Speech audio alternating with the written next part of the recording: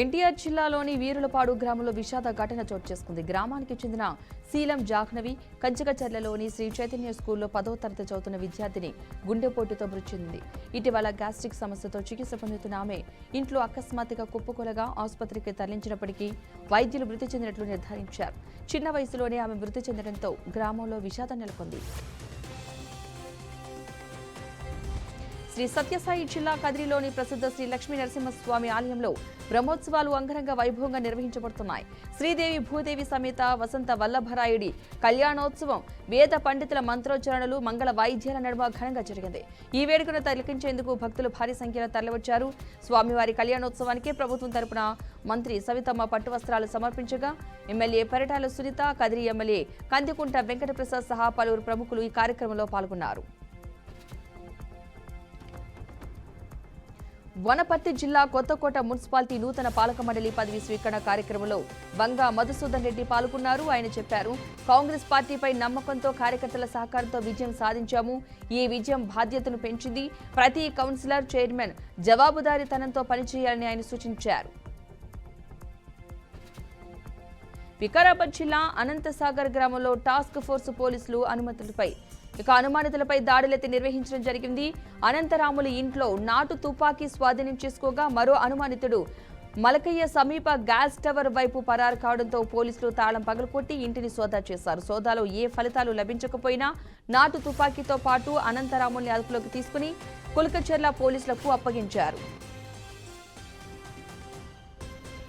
మహబూబాద్ జిల్లా నర్సంపేట బైపాస్ రోడ్డుపై పశువులను అక్రమంగా రవాణా చేస్తున్న 3 వాహనాలను విశ్వ హిందూ పరిషత్ నేతలు గుర్తించి పోలీసుల వద్దకు అప్పగించారు.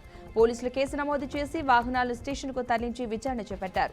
హిందూ భారతీ పశువుల అక్రమ రవాణా యథేచ్ఛగా కొనసాగుతోందని, అధికారులు పూర్వంలో తగిన చర్యలు తీసుకోలేదని ఆవేదన వ్యక్తం చేశారు.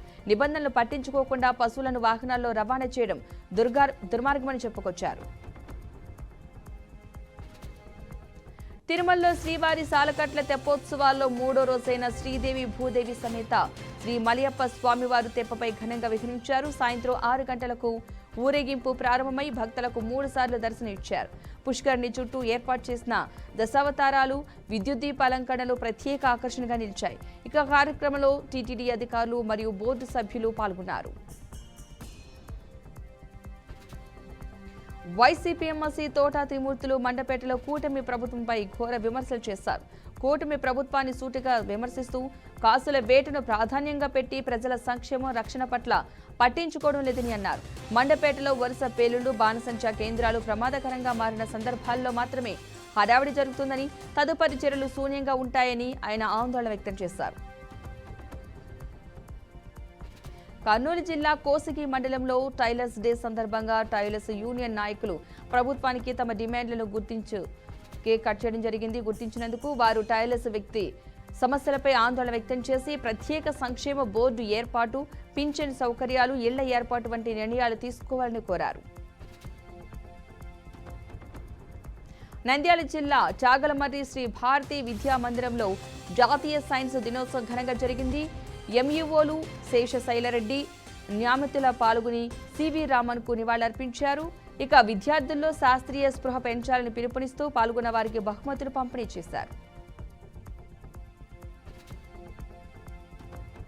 ఆళ్లగడ్డ ఎమ్మెల్యే భూమా అఖిలప్రియ గోవిందిన్నేర్ గ్రామంలో పర్యటించడం జరిగింది. పెద్దమ్మ తల్లిని దర్శించుకుని ప్రత్యేక పూజలు నిర్వహించిన అనంతరం ఎన్టీఆర్ భరోసా పథకం కింద లబ్ధిదారులకు పెన్షన్లు పంపిణీ చేశారు. చంద్రబాబు నాయుడు నేతృత్వంలోని కూటమి ప్రభుత్వం పేదల సంక్షేమానికి కట్టుబడి ఉందని ఆమె స్పష్టం చేశారు. సంగారెడ్డి జిల్లా వట్పల్లిలో కిడ్నాప్కు గురైన 20 ఏళ్ల యూత్ని పోలీసులు కేవలం 2 గంటల్లోనే సురక్షితంగా రక్షించారు. బాధితురాలి తల్లిదండ్రులు 100కు ఫిర్యాదు చేయడంతో వట్పల్లి పుల్కల్ పోలీసులు చాకచక్యంగా వ్యవహరించి 3 నిందితులను శ్రీకాంత్, జగదీశ్వర్, లక్ష్మణ్ను అదుపులోకి తీసుకున్నారు. ప్రస్తుతం నిందితులపై కేసు నమోదు చేసి దర్యాప్తు చేస్తున్నారు. ఏలూరు జిల్లా బోరుగుగూడెంలో 100 ఏళ్ల నాటి పొలాల దారిని గొర్ల సర్వంకర్ రెడ్డి అనే వ్యక్తి అక్రమంగా రిజిస్ట్రేషన్ చేయించుకున్నాడని రైతులు ఆరోపిస్తున్నారు. కోర్టు వివాదం నడుస్తుండగానే నందిగామ సబ్ రిజిస్టర్ కార్యాలయంలో గిఫ్ట్ డీడీ ద్వారా ఈ భూమిని తన పేరిట మార్చుకున్నాడని, దీనివల్ల 20 మంది రైతులకు రాకపోకలు నిలిచిపోయాయని వారు ఆవేదన వ్యక్తం చేస్తున్నారు. తప్పుడు రిజిస్ట్రేషన్ను రద్దు చేసి దారిని రక్షించాలని రైతులు డిమాండ్ చేస్తున్నారు. తెలంగాణలో మార్చి 6 నుంచి జూన్ 12 వరకు 99 రోజుల ప్రజాపాలన ప్రగతి ప్రణాళికను ముఖ్యమంత్రి రేవంత్ రెడ్డి ప్రకటించారు. అభివృద్ధి పనులను ప్రజలకు చేరువ చేయడం, దసరాల పరిష్కారం ఈ కార్యక్రమ ప్రధాన ఉద్దేశమన్నారు. జూన్ 2 తెలంగాణ ఆవిర్భావ దినోత్సవం నాటికి ఈ పనులను పూర్తి చేయాలని ప్రభుత్వ లక్ష్యంగా పెట్టుకుందన్నారు. భారత్ మాజీ కాంగ్రెస్ నేత రాహుల్ గాంధీ పంజాబ్ వేదికగా జరిగిన కిసాన్ ర్యాలీలో ప్రధాని మోదీ ట్రంప్ వాణిజ్య ఒప్పందాన్ని భారత రైతులపై శాపమని విమర్శించారు. 9 లక్షల కోట్ల విదేశీ ఉత్పత్తుల కొనుగోలు నిర్ణయాన్ని తప్పుపడుతూ 15 నిమిషాలు తీసుకున్న ఆకస్మిక నిర్ణయం వెనుక ఆంతర్యం ఏమిటని ప్రశ్నించారు. అలాగే పశ్చిమాసియాలో చిక్కుకున్న భారతీయుల భద్రతపై ఆందోళన వ్యక్తం చేసి మాజీ సైనికుల పెన్షన్ సమస్యలపై కేంద్రానికి లేఖ రాశారు. పశ్చిమాసియాలో ముదిరిన యుద్ధం తీవ్ర కలకలానికి కారణమైంది. ఇరాన్పై అమెరికా, ఇజ్రాయెల్ దాడుల్లో 200 మందికి పైగా మరణించగా ఆపరేషన్ ఎపిక్ ఫ్యూరీలో ఇరాన్ రక్షణ శాఖ మంత్రి కూడా మరణించినట్లు సమాచారం. బాంబు దాడిలో 86 మంది విద్యార్థులు బలి కావడం గందరగోళాన్ని సృష్టించింది. ఇరాన్ ఎదురు దాడిలో గల్ఫ్ దేశాల్లో విమాన సర్వీసులు నిలిచిపోయాయి. భారత్ యుద్ధాన్ని విరమించి చర్చలు జరపాలని పిలుపునిచ్చింది.